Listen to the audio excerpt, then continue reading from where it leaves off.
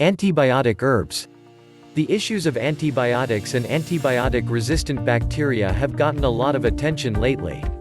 The concern is that bacteria, having been exposed to antibiotics for so long, have developed a resistance to the antibiotics, creating superbugs.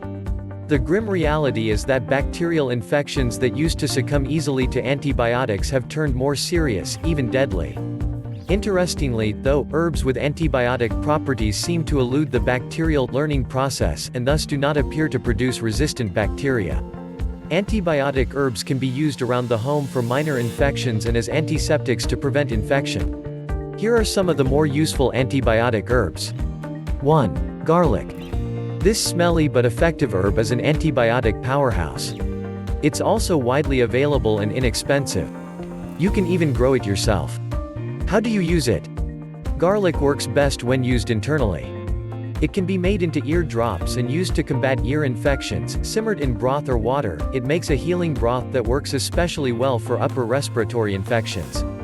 Garlic can be minced and added to all sorts of foods, from pasta to salad. Many natural health practitioners believe that garlic is most effective when used raw, as juice, minced, or crushed. 2. Echinacea. You've probably heard of this herb. It's all over the place during cold and flu season, and for good reason. Echinacea is a powerful antibiotic and, in the case of colds and flu, antiviral. It also works as an antiseptic on wounds and to treat sore throats. How do you use it? Tea made from echinacea's roots and aerial parts is not particularly tasty, but it can be drunk. Such a tea can also be used as a wash for superficial cuts and scrapes. Echinacea tincture, diluted in warm water, makes a very good sore throat remedy. 3. Goldenseal. The golden yellow color of goldenseal's roots give it its name, and these roots are the parts that are used medicinally. Goldenseal works well topically and internally, however, it is such an effective antibiotic that it can affect intestinal flora, and should not be taken internally for more than a few weeks at a time. How do you use it?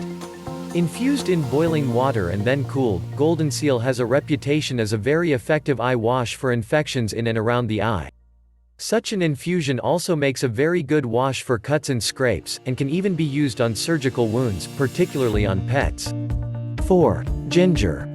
Did you know that ginger can work as an antibiotic?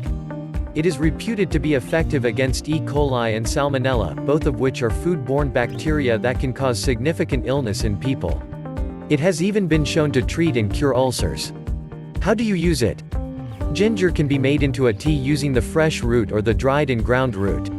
The fresh root is inexpensive, and a decoction can easily be made by gently simmering ginger slices in water and drinking the result, sweetened with raw honey. You can also eat candied ginger to help treat ulcers and fight infection.